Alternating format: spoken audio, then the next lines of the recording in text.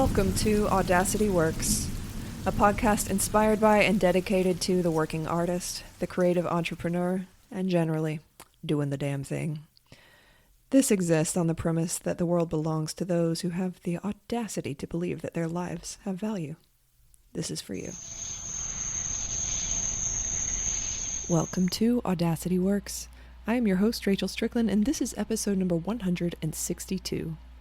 And for today's oral offering, I have brought into my virtual studio filmmaker, author, and my good friend, Adam O'Keefe.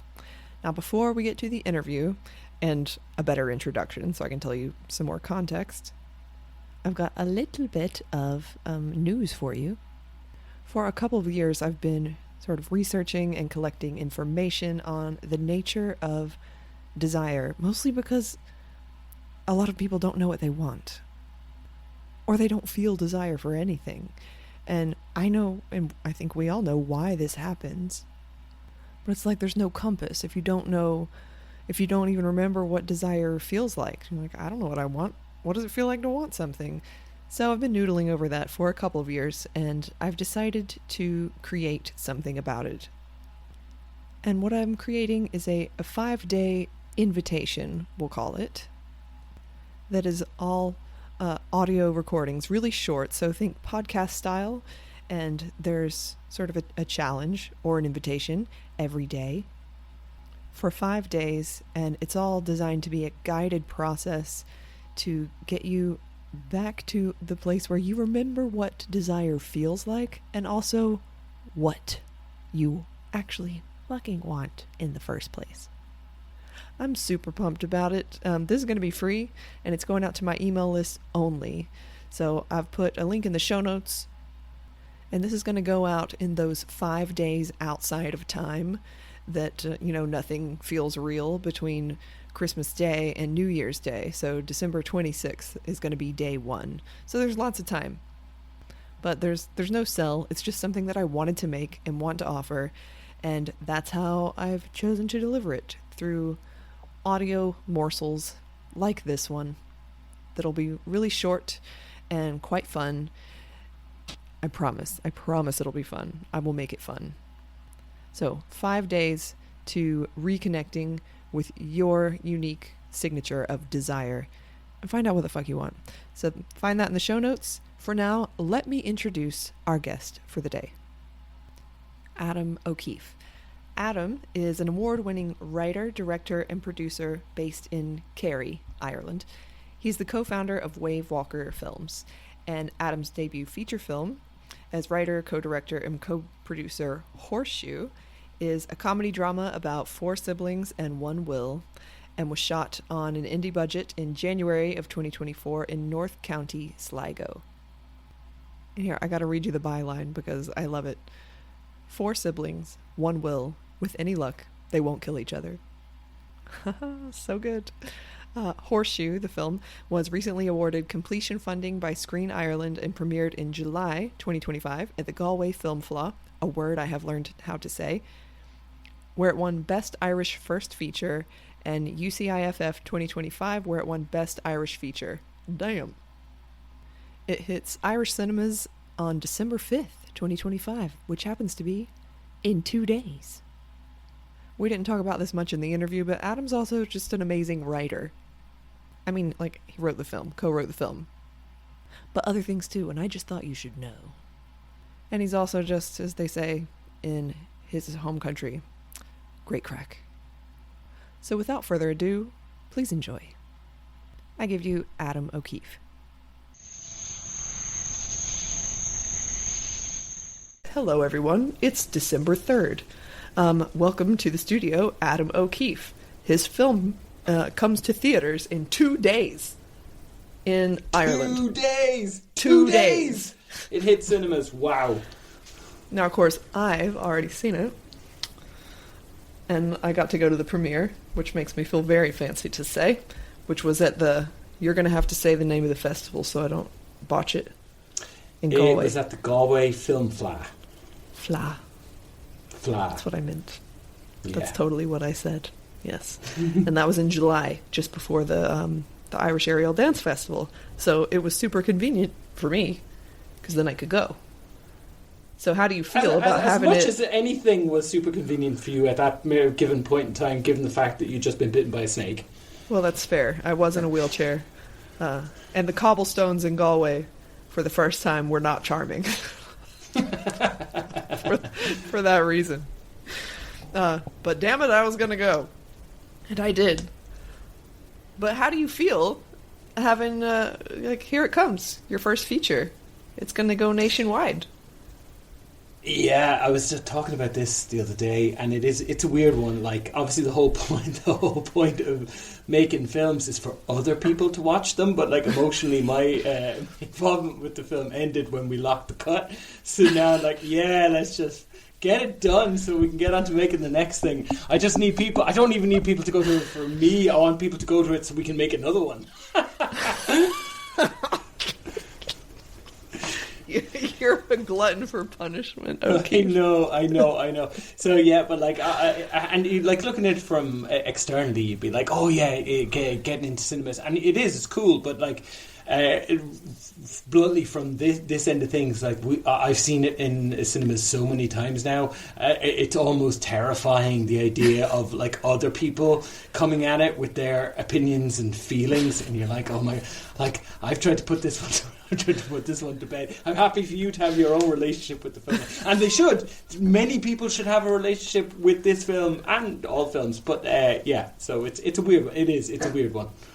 You're like you're over it, but yeah, I'm over it. But still stuck right in the middle of it. Yeah, you can't get away that easy, can you? No. And you've been all over the place, having it premiere here. Well, it only premieres once, but having it in this festival and that festival, and you'd be amazing the amount of premieres we can knock out of something. So like, we've had a domestic premiere at the Fla. We've had an international premiere. We've had a North American premiere. We've had a Northwest of Ireland premiere, a Dublin premiere. Like, we've had premieres all over the place. So, okay, so you don't only have to have one. You can premiere something a dozen times. It's the gift that keeps giving. It's just all about how you spin it. All right, so I don't ever have to worry about that again. I can just... I love that. And it's coming to the United States. Is it? It's been interesting. So we've actually done, I'd say most of our screenings at this stage have actually been in North America, between the States and Canada, and they've all gone amazingly well. Like we've sold out every one, and in a good few of the festivals we've actually had to put on a second screening because the demand for it was so high, which was really, really good. And off the back of that, we didn't do anything. We just made the film, and the festivals did the rest. It was amazing. But off the back of that, we'd already been in discussions with a North American sales agent called Juno Films. So they've taken the film and they will look to do some form of US release at some point in 2026. We haven't ironed that out yet. All right, watch this space then. Mm-hmm. Watch this space. And if you're in Ireland, go ahead and get your tickets for the cinema, because you too can bring all of your opinions and your history to the film in cinemas and terrify O'Keefe. Yeah, no, do that, right? And like, obviously, this is the hard sell part of it, so I apologise in advance. But it's super important for small independent films to get as many people, as many bums on seats, or as many tickets sold. As long as you buy a ticket, you don't actually have to turn up, right? So buy a ticket for everybody you know, and then if you want to go, great, because the marketplace for indie film can be really hard. Like, you're up against all the Disneys and Marvels and all that sort of stuff, and cinema attendance is actually really high, but sometimes that doesn't translate over to Irish film in particular. And whether or not we make it from like 1 week into 2 or 3 weeks, or we're just like we have our 1 week and we're gone. will depend on how many people go in that opening couple of days, especially. So if you've any interest in Irish film or supporting Irish cinema, or you think this film would be good, it's fucking great, by the way. I know I'm saying we've done a great job. You're in safe hands if you come to the cinema. You will do you have siblings? If you have siblings of any kind, then you're going to knock a bit of crack out of this film, because this film is all about how siblings can drive you fucking insane. But then you still love them. It's due 5th of December, select cinemas nationwide. You can find us online, and it'll be great. And that will be in the show notes, so never fear. Actually, you should probably confirm that link with me, O'Keefe, so I'm not giving out bad information. But a fair amount of people that listen to the podcast are in Ireland, so we'll know that some tickets will be sold. Whether or not the bums can actually get into the seats is irrelevant. Yeah, exactly. Just book the ticket. Just get your ticket. It's going to be great. Yeah. So, huge project that you've been carrying around for years, and that means you must have 4 or 5 in the works. I'm exaggerating, because I know that you are always doing more than one thing. As in new film projects? Is that what you're talking about? Yeah, and projects in general. Yeah, there's a few. So, we, off the back of making Horseshoe, we knew that when we turned up to Galway earlier this summer, we couldn't just be turning up with one film if we wanted to make a sustainable career out of this, because we made Horseshoe with spit and goodwill and in MacGyver style fashion, just drawing all of the favours that we possibly could. But that's not sustainable in the long term if we're looking to have an artistic creative career within the screen sector. So we knew we needed to have the next bunch of projects on our slate. That's just what they call it. They call it slate. So we do. We have about 10 or 12 projects. I haven't written them all, or myself or Ed aren't directing them all, or stuff like that. Loads of different projects, loads of different things. We need that many of them, with the hope that even just one would come off, because the hit rate for projects tends to be about 1 in 10 or 1 in 15. So we've got loads of things on the spin. I was lucky enough to get a bit of funding this year to write on a horror film, so I'm deep in the weeds co-writing a horror film with another guy called Stuart Roach at the moment. So my head's in a very strange place as I navigate the tropes and horrors of our particular story. But it's really cool. It's been really exciting. Okay, I've decided to do a time morph now. So because this is all extremely fancy, and we'll come back to that, but can we go back in time? We'll come back to the fanciness, which is what I'm calling it. Do you remember meeting for the first time? So because we've known each other ages. We've known each other a long time, and I think the first so we'd know each other through Fidget Feet, the aerial dance company. I used to manage / produce / panic many of you who are listening to this can't see me. I used to have long hair. I am bald as a coot now, right? And Fidget Feet have a lot to answer for in that regard. So yeah, I used to manage Fidget Feet, and myself and Rachel would have met through there. I can't remember if it was the IADF or if it was the big thing in Cavan we did for the Fla Ceol. Do you remember? Oh, yeah, it was definitely IADF, because I think I remember going to Engrennan. That's where registration used to be way back in the day, and I would have gone into the room and seen this poor man stuck at a cafe desk table, swarmed with aerialists and papers and people talking to you at the same time, and yet still managed to seem pleased to see me once he figured out who I was, because we would have been emailing back and forth. I was pleased to see you. In my head, I was telling everybody else to go fuck themselves. Go fuck yourself. Go fuck yourself. Do you have more needs and wants? Go fuck yourself. You didn't let on, though. I didn't. I kept it inside.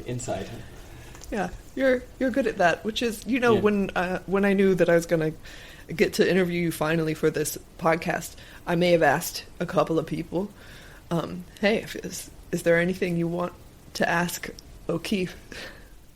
What do they say?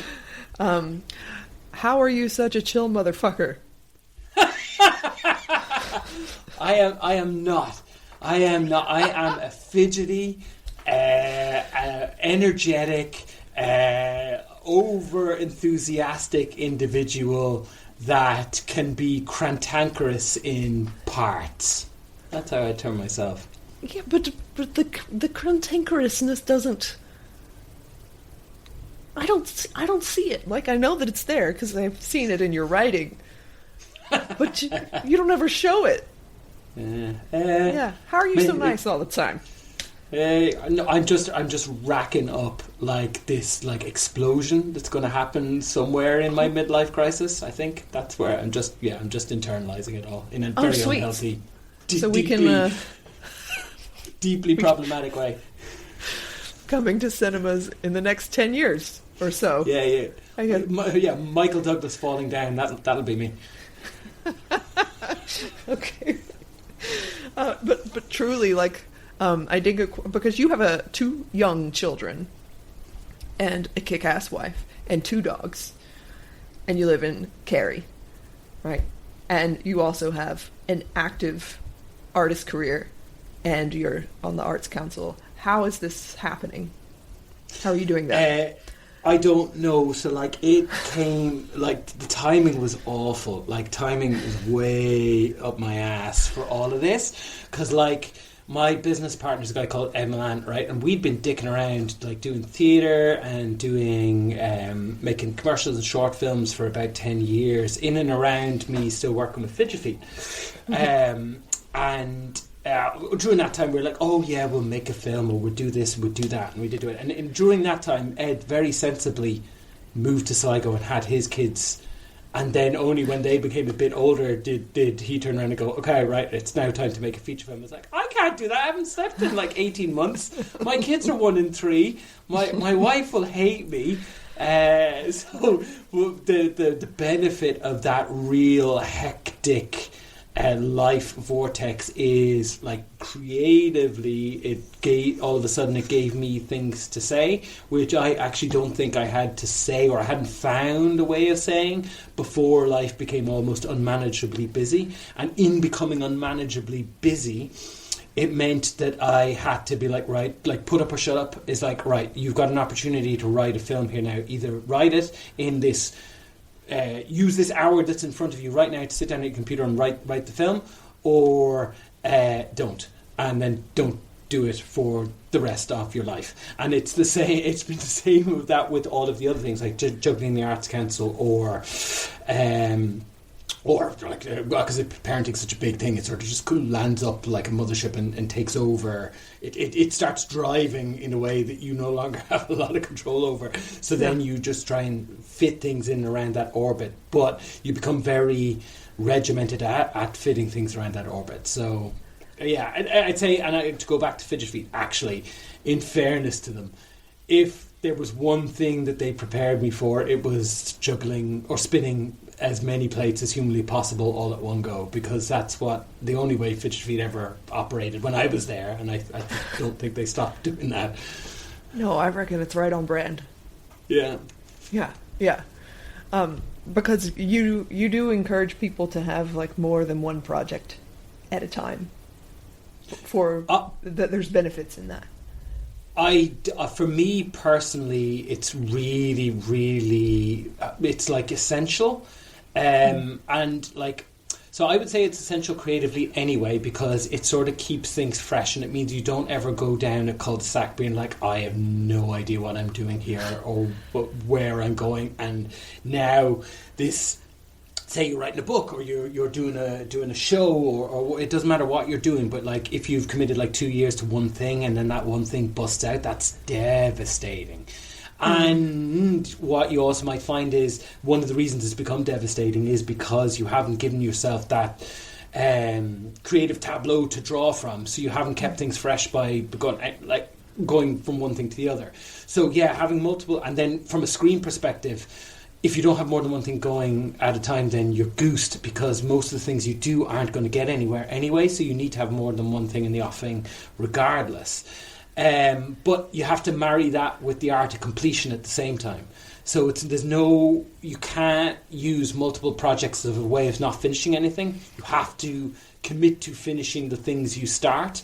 So only start as many things as you think you can finish, or at least break them up into manageable completion chunks. So, for instance, like I think you were talking about this at some stage when you were talking about tasks. Like you were saying, oh look, if you set yourself the task of like finding a venue, that's actually a massive task. So break it down into smaller things. It's the same creatively. Like, so if you say I'm going to write Ulysses, then you're fucked, because you're never going to complete that. But if you say I'm going to sit down and write a synopsis of a story that I don't know yet, but I have an idea, but I'm going to write 500 words of a broad outline of the story. I'm going to write one paragraph or one page or something, or I'm going to go and choreograph 2 minutes of a thing. Those are all really manageable and they're really helpful. And then if you have a number of those that are running concurrently that you can take manageable chunks out of while continuing to move each one of them forward, then that's a really dynamic and reciprocally beneficial place to be in. Okay, you're kind of turning my mind then, because I very much like to have one thing happening at a time, or I get really overwhelmed. But yeah, when something could just like bite the dust and devastate your whole life without having anything else, oh, I don't want to think about that. But it's totally legitimate to not like, so obviously like you're primarily a performer, right? So if your main thing is you want to be performing or creating a performance right now, and that's your main focus there, grand. But that doesn't mean to say you can't have within another medium. You can't be writing a short story, or you can't be writing a song, or painting a painting, or whatever. Like your creativity can move out into a medium, and again, you might find surprising things if you do that. Oh, that brings up another question. This is again from the audience, so to speak, because you read more than almost anyone I know, and watch a lot of things, consume a lot of art. Not in the last 4 years, I haven't, and you can blame my kids for that. Like the best thing I've seen in the past 4 years is Bluey, and Bluey is one of the best TV shows ever written. It's right up there next to The Sopranos, and aside from that, I read fuck all. Well, Ted Lasso also happened during that time. Oh, Ted Lasso, also great. Classic. So, and we've talked about this once, but like just for posterity's sake, let's hear it again. Because when I am reading someone and I'm trying to write, I guess I just don't have as robust a voice yet, and I'll end up trying, even subconsciously, to mimic what I am reading. So, how can you consume art, refill the well by reading poems, books, watch movies, shows, etc., without it diluting your own voice? Yeah, I think that's a really good one, and I don't have I know any creative practice is a work in progress, right? So anybody telling you this thing is the way and there's no other way, it's full of shit. They can only tell you this is what works for me right now, and I reserve the right to change my mind. So within that, I will tell you what works for me right now, and I reserve the right to change my mind. But what works for me right now is, like say for instance, at the moment I'm writing horror, right? A horror script, and I early on in the year I was watching a lot of horror, but when I sat down, I actually gave myself a buffer where before I started writing I stopped watching horror films, and now I'm writing and I'm not watching horror films either. So I'm still watching other stuff, and I'm still reading other stuff and listening to music is a big part of how I write things for me personally, right? So I'm still listening to loads. But I'm not watching horror because I am concerned that would bleed over unhelpfully into the writing. I'd be like, I should be doing it that way, or I should be aping that style, or any of that sort of stuff. And especially now, I think it's especially important in a first draft stage, be that literature or music or performance or film, whatever. In a first draft stage, try and keep your palette clean of outside influences that are just specific to that genre. So if you're writing memoir, stop reading memoir for a while you're writing it. And if you are reading, read other stuff that's divorced from memoir. That because then that'll give you different ideas as well, and it won't be as you won't appropriate it in the same way. You might appropriate it creatively rather than plagiaristically. Boom. Fucking nailed that. Thank you. You have like a zone of genius around like creative routines. Do you remember when I took that writer's sojourn? This would have been about 4 years ago.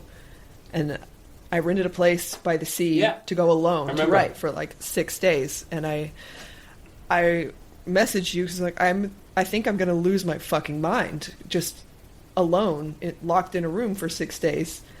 And you saved my ass. You sent me this long message. You're like, here's what you do. Actually, we should say these things. We shouldn't just say See if I can remember. Right. When you wake up, you have your coffee and don't write yet. You take a walk. Right? Have something to eat, then sit down and write for your morning chunk. Which was very important for me to hear. Because I was like, surely I need to be writing like 8 hours a day because I've taken this time. You're like, no. Let's try an hour, maybe 2. And then you stop and you go for another walk and you have some more food and then you have like your afternoon writing time, manageable chunks, and then go do something else or read. That's all I can remember of what you told me, but it was very helpful. Did I leave anything out that seems important? No, but because it brings it back to that idea. Like and what's been really helpful for me personally is is going back to those small chunks. Is right. Set yourself an achievable goal, right? And my achievable goal when I'm script writing is 1 page in a day, right? If I can get 1 page done, then that day is a success. And what that means is that if things are going well, I tend to overshoot that 1 page. But if things are going badly, I can grind out 1 page, and it's fine. Do you know what I mean? And I may go back and delete that 1 page, but it didn't take too long to do, and but it kept the muscle ticking over. And then you feel like you've accomplished the day, and everything else beyond that is a bonus, and you keep the momentum going. Because what used to happen to me in particular, and I imagine this might be the same for other people, is you'd go like, oh well, I don't have time to do a lot today, so I'm not going to do anything until Friday or next week, but then I'm going to do all day Friday and Saturday and Sunday, and I'm going to write it. And then you get to Friday and Saturday, and something happens, or you do, and you sit down for 8 hours, and you're just scratching your arse looking at the blank page, and you just feel really bad, and then you don't want to go back to the project because then the weight of it's all too much. But when you reduce the burden of what you have to create, it then makes the whole thing more enjoyable, because like, then you're actually looking, on the days where it goes well, you're looking forward to going back, and on the days where it goes badly, it's no big deal. Do you think enjoying the work is an important part of the process for you? Because some people love to suffer. I'm playing on my very limited free time. I'm playing a computer game at the moment called Silk Song, Hollow Knight Silk Song, and it is a game I'm very, very bad at, and demands you to be very, very good. So I frustrate the shit out of myself on like a nightly basis for an hour, and I love it. I don't know why. I don't know what this says about my character, but like I am so bad and I die so often, and it really punishes me, and I come out of going, Jesus, that was great. That was a good way to spend my relaxing time. Well done, Adam. So when it comes to, I think that feeds into writing a little bit, because writing can be a fucking thankless, lonely, isolated task that even when you finish it might have gone nowhere. But yeah, I do. I there is an enjoyment in there, and it's like, I think it's similar to running for me in a little bit, that sometimes running can be I run, or at least I do when I can. I run when I can, and I enjoy the physicality of using my body and then having accomplished something at the end of it, and I get a real kick out of that. And it's the same creatively, and by flexing the mental muscle and the creative muscle through writing, even if it's hard and it hasn't been a good session, I enjoy the outcome of having done it, you know? Yes. On that note, running. Let's talk about that. So, there are few memories more dear than remembering nights at the cottage. I would go when I was in Ireland, usually at the end of a stay. I'd be able to pop in, see Adam and Eve. Adam's wife's name is Eve. She's amazing. Yes, that's not a typo. And we'd have a dinner, and more importantly, a fire, and far too much alcohol while we read poems and short stories and talked about music. There's not that many people that want to like sit and read poems until the tiny hours of morning. And of course, we'd always be suffering terribly the next day and then do it again the next year because it was wonderful. And I don't regret a moment of it.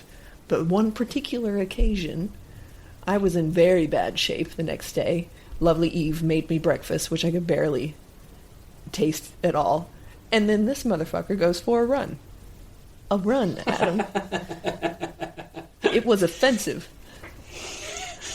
Yeah, well, look, we all have our own ways of dealing with things, and one of my ways of dealing with a hangover is to sweat it out of me. I haven't had the energy to either have a hangover or go for a run in a while, but I've been told in more than one time that it's an obscene action and I shouldn't let other people see me go for a run while hungover.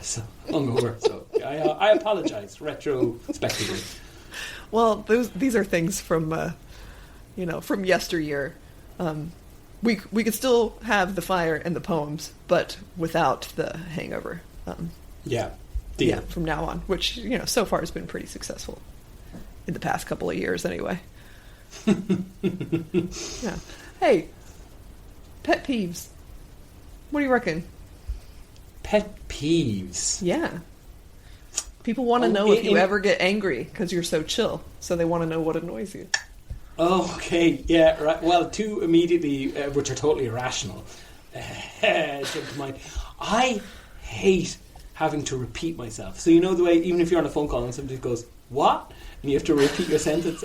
I go from like naught to rage, being like, "Well, you son of a bitch, you obviously haven't paid any attention to the effort I've just put into saying that sentence, so I have no desire to repeat." And it might be perfectly legitimate. Like, they may have a jackhammer standing on their side of the phone, and I'll still be like, "Get fucked," is what I said.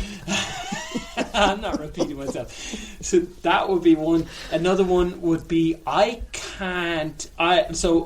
fairness, I don't suffer from like anger or rage or anything, as much as might sound to the contrary, depending on where you are in this podcast right now.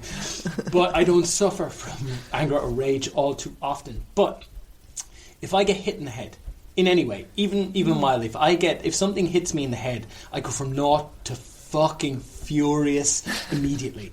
There's no intervening step. There's no like speedometer that goes that way. It's just a quantum leap from one state to the other, and I can't do anything about that. So just don't hit me in the head. But you played sport. That would be different. I'm talking about like a sharp, like if somebody opened a door or like a cupboard door into your head, or there was what we were doing this short film that never saw the light of day, that we were shooting in one day around Dublin. This is like 15 years ago, and it was about, the premise of it was this guy wakes up in this party and he's almost naked and he hasn't an idea what's happened, but his clothes have nearly gone down to the thread, and he's got this thread, and so he then and it's been unravelling the whole previous night, so he has to go and follow the thread all the way back to his previous night and figure out what happened. And once he gets back all the way through, he finds out that there's a cross there, and he's actually Jesus, and he was supposed to be up on the cross being crucified. Oh my God. And then that was the last thing we shot, and as we finished shooting, he's now my business partner Ed, but he was playing the guy in the film. He absentmindedly let go of the makeshift crucifix, so it landed on my head, and I had been so chill throughout the whole day, but I immediately went, "Go fuck yourself! I hate you and your children." I I can see it, and also that Ed was Jesus. Yeah. That's pretty great. So all right, you're firmly mid-career artist. All right. As we, I wouldn't say so. Does that have a different meaning over there? But like age-wise, I should be a mid-career artist, but like status-wise, within the area I'm trying to break into, I'm firmly emerging. So like I've, as a screenwriter and director, I'm emerging at best. Because of film, because of that particular industry. Yeah. Okay. However, because you have been creating for so long, you can look behind you and see a veritable graveyard of projects that, as you say, like never saw the light of day, was like dead on arrival, blah blah blah blah. How do you deal with the grief of a project that goes flat? I think that's it's a good one. Yeah, like say I say it's 15 years ago now. There was a good while there whereby I'd say between for a lot of the fidget feet years, in fairness, just because too busy, but for other reasons as well, didn't actually end up creating all that much. And sort of between 2012 and 2018, did fuck all. And that was sort of born from this. Actually, it was born from we'd done a theatre show back in 2012 that went really well, sold out and did all this sort of stuff. But then critically only did middling, and we made some rookie errors with regards to how we approached the production and directed it, and the writing was fragile and didn't know enough. So it was this production that on the nights where it worked, it really sang. On the nights where it didn't work, it fucking stank. And that was my fault to a large degree, but then there was other circumstances in there wrapped up into that, and that was something where I put too much weight on that as a thing. Like, right, I'm going to do this, and it's going to launch that, and it's going to lead to the next thing, and then we'll be away. And that wasn't the case. But that was never going to be the case, even if it had been the unmitigated success I was hoping for. But I didn't understand that. So then, between 2012, I went away and licked my wounds for 6 years before I came out and did anything else. And in the interim, I tinkered with this, that, and the other. But I wasn't completing stuff, and I wasn't completing stuff because I wasn't committing to stuff. So learning that it's that lost period which was totally necessary to learn what I learned, but that is the thing I regret, because it feels like so much time. If I just learned that lesson sooner, there's so much time then I could have actually put into creating the stuff that I'm now creating, and which has taken the 6 years since 2018, or is it 7 years now? It's since 2018 to sort of get from there to here. So I felt like in the 6 years I atrophied and went back to zero and then had to start again, and that was a big regret. But as you say, it was still necessary, the fallow time. Yeah, it was, because I think it meant it meant that by the time I came back to it, the life imperatives of all right, if you want to do this out of the other, you sort of have to do them now, because time isn't infinite, and if you want to learn what you want to learn, you're going to need to allow the time for that as well. So yes, it's putting yourself into a position where you've got to put up, shut up, and then nobody's going to force you into doing it, and nobody's going to. I listened to this podcast ages ago from No Film School, and it was weird. It was both. It could have been taken as super negative, but took it, but it wasn't intended that way. They took it as super positive, and it was this dude talking about their life in film, and they were 4 or 5 films at this stage, but their thing was the Cavalry isn't coming. Okay, because you go and you make your big thing, and then you think, oh, brilliant, now people are gonna write me a blank check and blah blah blah blah. But the Cavalry isn't coming, And then you make your second thing and it goes even better and blah, blah, blah. But the cavalry isn't coming. The cavalry is never coming. And what that means is that once you stop waiting for the cavalry to come, you become the cavalry yourself, right? Because you're like, okay, well, I got to do it. Do you know what I mean? So I'm not going to do it alone. I can't do it alone. I shouldn't do it alone. I am going to go out and I'm going to find the people that are going to help me do it.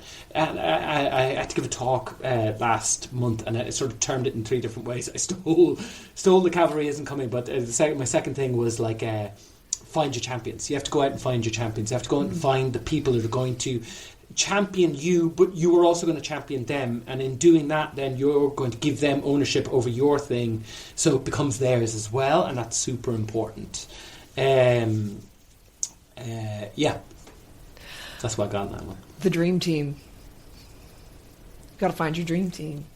You do, and your dream team will evolve and change. It'll rarely, if ever, be the same group of people in the same set of circumstances. But you do need to find those people in whatever form you're in. Even if you consider yourself a very solo practitioner, if you're writing a book, it's so helpful to have other people, especially with an editorial mindset, to bounce ideas out. If you're painting, it's so good to have other people that understand the form to be able to bounce ideas out off of, so you're not doing it in a bubble. And that sense of community is then important, because that sort of also makes you accountable to other people, which helps the act of completion, which helps the act of juggling multiple projects, but helps all of that. I can imagine, at least especially in the beginning, the people that will champion you and you will champion then end up being your friends. Yeah. Yeah, and definitely.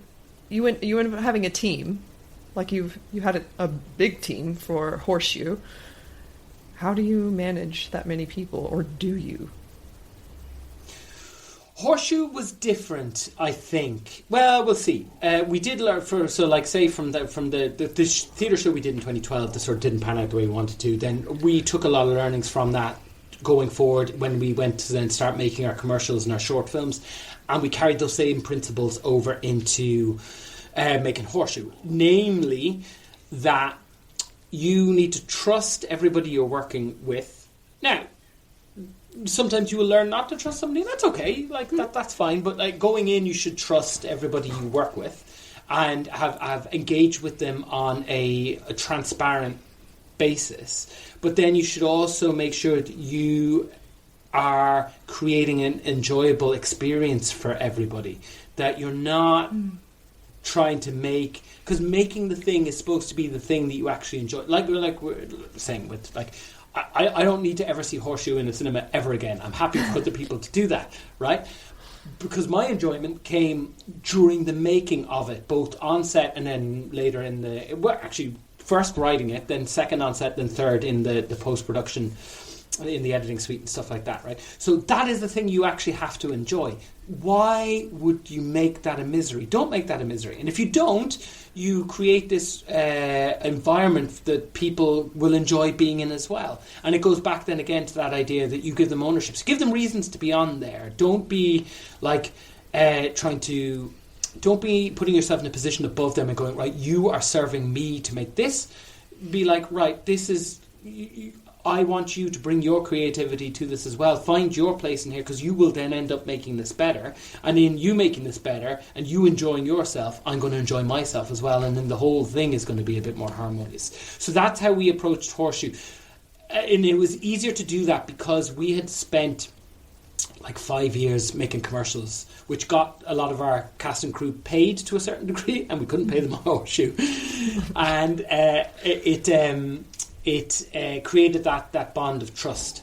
So then when it came for us making this a longer form thing, and many, not all, but many had not worked on a feature film before, or at least not in this way in which they had such a big role, that meant we were all gaining from it. We were all learning, we were all contributing, but we were all gaining at the same time, as well as working with our friends that liked us and wanted us to succeed as the same way we wanted them to succeed.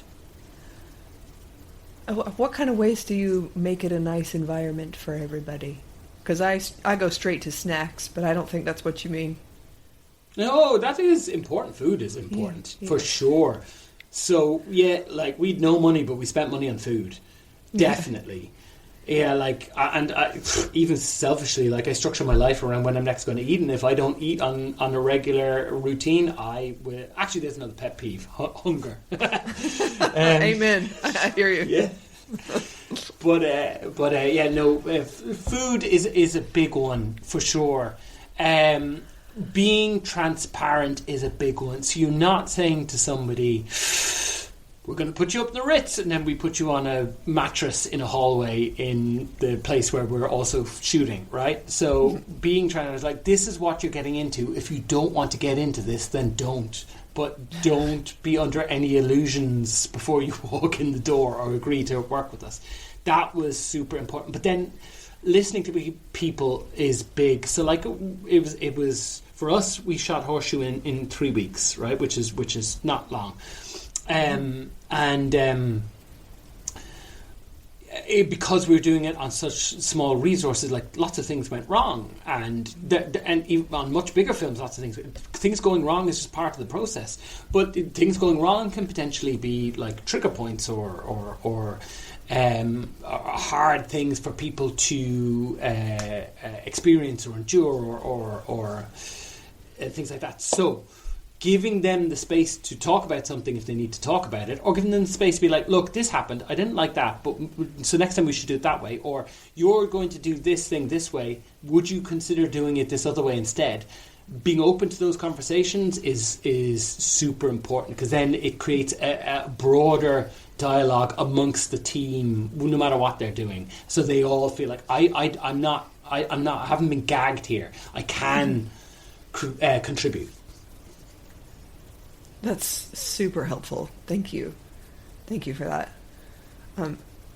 So creative routine is something that you're really good at, and the last time I heard, like, you didn't even have children yet, so right now you have 2 young children, ages 1 and 3. So how are you writing now? How are you structuring your creative practice?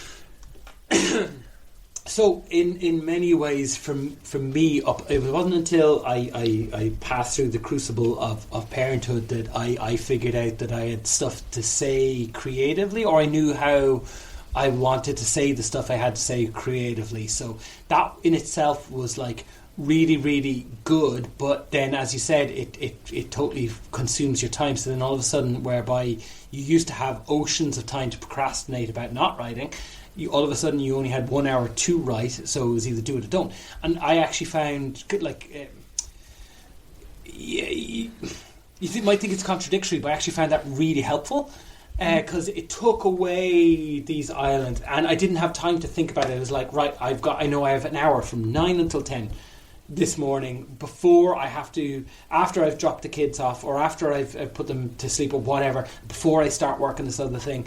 So I'm going to write in this 9 to 10. Again, I only have to do 1 page. I can do that in an hour. That's fine. So that became really vital to me. It also meant that then I had lots of stuff to draw on, because life was so hectic that and so many things were fucking blowing up, and people were vomiting, and there's poop everywhere, and cars are falling apart, and you've sold your house, and you've moved out to the countryside, and your dogs are going spare, and haven't been walked in 3 weeks, and you haven't slept, and then but that all adds to the creative fuel, if you know what I mean. So it if anything, my writing routine has gotten way, way better now, the busier things have become, because it had to, because it was either it became better or it didn't happen. And for me, I'd made the decision, right, I'm going to give this my best shot, so it can't not happen. The cavalry's not coming.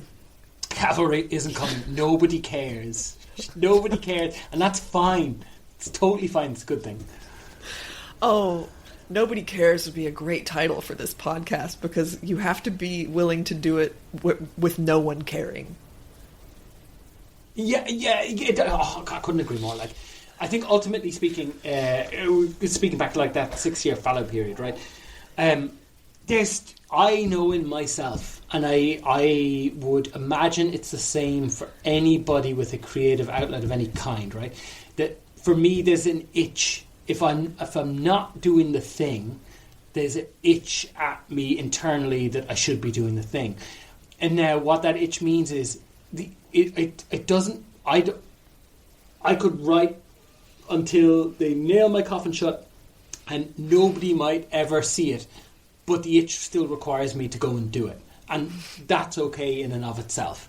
So then it becomes a personal practice, which again alleviates a lot of the pressure that you're not like, oh my God, this book has to win a Pulitzer. You're like, no, I just need to do it for me. And I do have aspirations for it, and those aspirations are good. But ultimately it's based on I'm doing it for myself first and for the aspirations second. We had a conversation about this when, after I made Midas is King, and I put it into some film festivals and collected like 2 or 3 laurels. And that was fine for me. But then I just had like, so why am I doing this, Adam? Like, is there a point? Is there a point to this? It's not like there's any money on the other side. And you really laid it out for me that the point has to be making the work itself. And if you want to make feature films, then hopefully someone sees your shorts, and then it can like become a pathway to go further. Still agree. Oh yes, just like it's strong. It all depends on what the thing is, right? Like yes. Yeah. So in that particular example, Midas King, which was fucking great. Thank you. It was short, and shorts don't do anything apart from either bar your own utterance, right? And bar, as you're saying, a few festivals, they don't do anything. There is no money making mechanism to them. They can be amazing. It's amazing. I actually just watched one of my favourite shorts of all time is a Wes Anderson short called Hotel Chevalier, and I rewatched that earlier on today in my little like 10-minute lunch break in between doing other things, and I was like, this is so good. They can be so good, but right, there's no career in it unless. But you can, if you have an aspiration, if you want to make a film, they're a really good way to make a film. There's a really good way of satisfying that creative itch. But then, if you have aspirations, they can also be a way to then stepping stone onto other things, either a more complicated short or onto a feature or onto a TV series or whatever. They can be that. But the goal in and of itself should always be, no, I have this vision I want to make, and so I'm going to make it. And it'd be the same if you were doing like a short play, right? Sort of similar with a short play. There isn't going to be a career in a short play, but it's worth doing in and of itself for you, and it might lead to other things if you're willing to pursue them. Yeah. Did y'all hear that? Did y'all hear it? Maybe they'll hear it in an Irish accent, and that will be enough. Damn. Okay. Tasty. Tasty. I'd probably be harassed if I didn't at least ask you a question for the Irish artists who are listening, because you're on the Arts Council. And I'm not on the Arts Council. Tell me more. I work with the Arts Council. Yeah. I don't know. I don't even work for the art. I work with the Arts Council. I'm an independent contractor, so I can't speak for the Arts Council. And I know there's a sizable cohort of people on this saying like, "Shut up about the fuck! I don't even care that you're right. I didn't even know that you're right. Would you talk about the goddamn Arts Council, please?"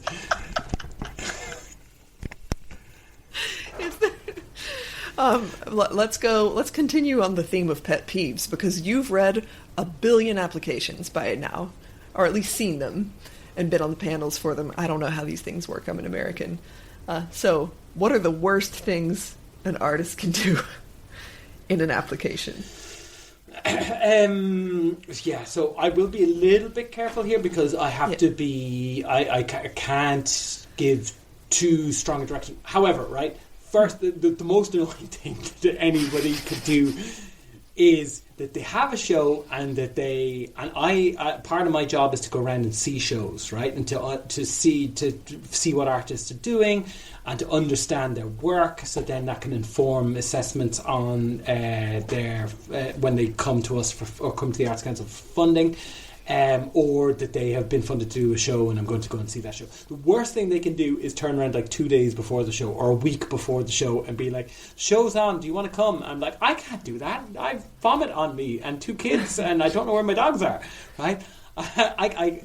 If you have a show and you want me, so I am the art form advisor for circus, street performance and spectacle.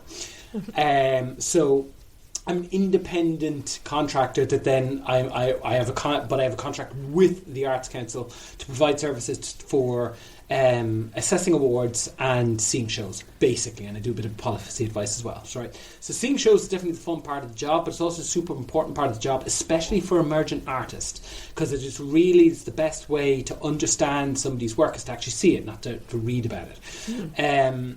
So and I'm approachable, I like being approachable, and I think it's super helpful for the sector that I am approachable. So you can, in the show notes, you can include my Arts Council email if you like. That's no problem. Contact me, and you're totally fine to contact me, and I will come to your show if I'm at all able to. Sometimes I'm not able, but I do try to be able to. In far advance as possible, but then I'm also available to have talk informally about the application process. I can't give you guidance on your application or the specifics of how you should frame your application, but I can give you some broad advice on, like, this tends to be what happens, this is what the competitive context is. So then if you're looking at that within an application process itself and you just want some things not to do, right? Make sure you read the guidelines, and there is boring as all get out, and oftentimes you will read them and you'll be like, this is the same as last year, but sometimes they even just change one thing and you might not notice it because you haven't reread it and you've just assumed it's all the same.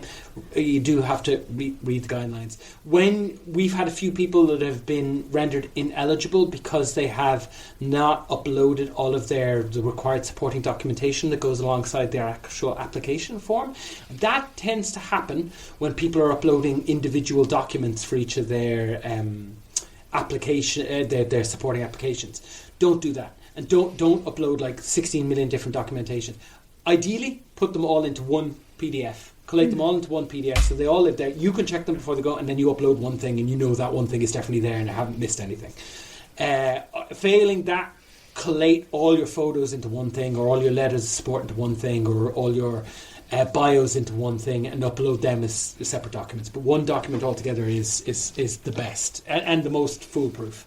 Those would be the two major ones I can think of. I suppose the other thing is the sector is really helpful. So reach out to the people around you that you know have been funded, and we've done this in film a lot, and it's been super. And I know other people do it in the circus side of things. Like, people will talk to you about how they frame their applications, how they go about putting them together. That's super helpful. But then also remember that it's a really competitive context, right? And so what I mean by that is there's more people looking for funding than there is funding to go around. So like around about 30% of any given funding round actually gets funded. So 100% of applications, 30% get funded. So not only look at that as in like, all right, okay, so I have less than a 1 in 3 chance of getting funded, but think about that from the other application's point of view, right? So if an application, like say for a bursary application, and that says to you, look, you were perfectly entitled to just say, I'm going to work on my own for 4 weeks on this show, I'm going to do it from my home, I'm going to and at the end of it that's going to be grand, and that's perfectly eligible, perfectly legitimate. But in a competitive context, you are going up against other people who are saying, I'm collaborating with this person, that person, that person. They're all confirmed. I've gotten residency space over here, and I've gotten programming interest over there, and I've got all this sort of stuff. So they are bringing that to their competitive context, while you are bringing, I'm just working on my own for 4 weeks, to the competitive context. Mm-hmm. So think about that. You need to be really, really, really confident that 4 weeks on your own is a compelling application.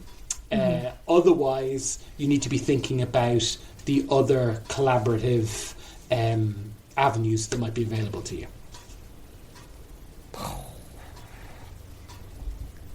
That was Boom. Yeah. That was a truth bomb. Yeah. Fast forward 2 weeks after this, Adam O'Keefe has been fired from his position in the Wait, one man to see all of the emerging artist shows. Only for Circus, Street Performance and Spectacle. And like so the team is myself, Laura and Ciara, although Laura is leaving her position at the in the middle of December, and we'll all be very, very, very sad to see her go. But I predominantly go to performances, but Ciara and Laura also go to performances. Okay. And it's only for Circus, Street Performance and Spectacle. Theatre has its own advisor, dance has its own advisor, music has its own advisor. There's different ones for different art forms. Even so, just thinking about like all of the people that I know in Sligo and Galway and Dublin who are putting on original work, like you must be on the road a lot for that. I only get to see about 30 to 40 things a year now. Some of them will be festival visits, and in a festival I might get to see 4 or 5 things in one go. Yeah. So there's something like 30 to 40 like slots for me in a year to go and see stuff. So if you contact me far enough in advance, you too could be one of those 30 to 40 slots. Act now. Reserve your place today. Yeah. Oh no, yeah, I'll just I'm still with the original question, like how the fuck are you doing all this? But just glad that you are. Yeah, like it's great to be doing it, but like I've never been more tired and more poor than I am right now. You know what I mean? So I like it. But at the same time, I've never had as many opportunities as I have right now. So obviously, my hope is that over the next 12, 24 months that they metamorphosize into a more a more sustainable practice, and I mean that both financially, because I can't remain being this poor and doing all of this stuff for too long, but then also workload, because it's spinning that many plates has a shelf life. So I do agree. I'm spinning a lot of plates right now, and I would love to stop spinning a few of them. So that it depends on how the next little time goes. So yeah, going well for now. But I don't expect to talk to me again in 24 months and have me continuing to be spinning the same amount. Something would have gone. It might be the writing. The writing might have gone at that stage, but I don't think I'll be spinning all of them. Yeah, it's a season. It's a season right now, but if the writing were to go, you would just be very itchy. Yeah, and if I mean the writing would never go, but it might just retreat from public view. Okay. I know that I need to let you go. I want to ask you one more question, which is super predictable and cheesy, and I'm sorry, but I'm going to ask it anyway. Advice for yourself 10 years ago, or just when you were young. Young. Oh, 10 years ago, it would be the things that I've said on there, like the cavalry isn't coming and don't fucking worry about it. Nobody cares, right? So if I'd known those two things, I would have reacted to like failure and adversity very differently. So failure and adversity comes as hot and heavy now as it did then, but I just have a bit better or a broader outlook, so I'm able to encompass it a bit more without it being catastrophic. And I think back then it was a bit more catastrophic. So yeah, like failure is not catastrophic, and things will go wrong, and things will blow up and definitely not be as good or as successful or achieve what you want them to achieve, and it's okay. Chill out. That'll be the hook. It's okay. Chill out. Well, thanks for making this work. I've wanted to have you on the podcast since I started it. It only took like 2 well, years. You kept that to yourself, and I was there listening I to every told episode you. of the podcast. No! I was there listening to every episode of the bloody podcast going, I can't believe she won. I thought we were mates. And I love this thing.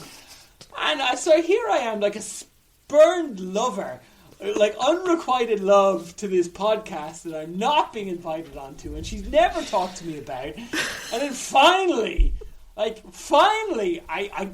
only put a fucking film into cinema so I could get onto this goddamn thing, Rachel Strickland. I'm so sorry. I thought that I told you. You didn't. And if you did, I was sleep deprived, so I don't remember it, so it doesn't really mean anything. Well, both of those things are on brand, but it's very on brand for me to know something in my mind and for to assume that my friends know those things. It's been pissing people off for 43 years, and it's not going to change. So thanks for sticking around. It will happen again. Okay, that's fine. And if you ever hit me in the head, I will fucking go straight to rage. Fucking deal. All right. Don't make me repeat myself. What? I did it. I almost did it just there. I know it was a joke, but I almost went. Rah! I couldn't resist. Oh, this is such a good ending.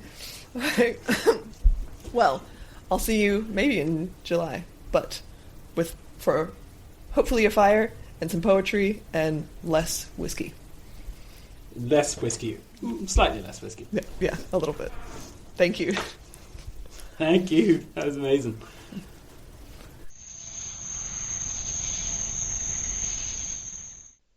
Righto, that's it for us today. Thank you so much for listening. Thank you for being here.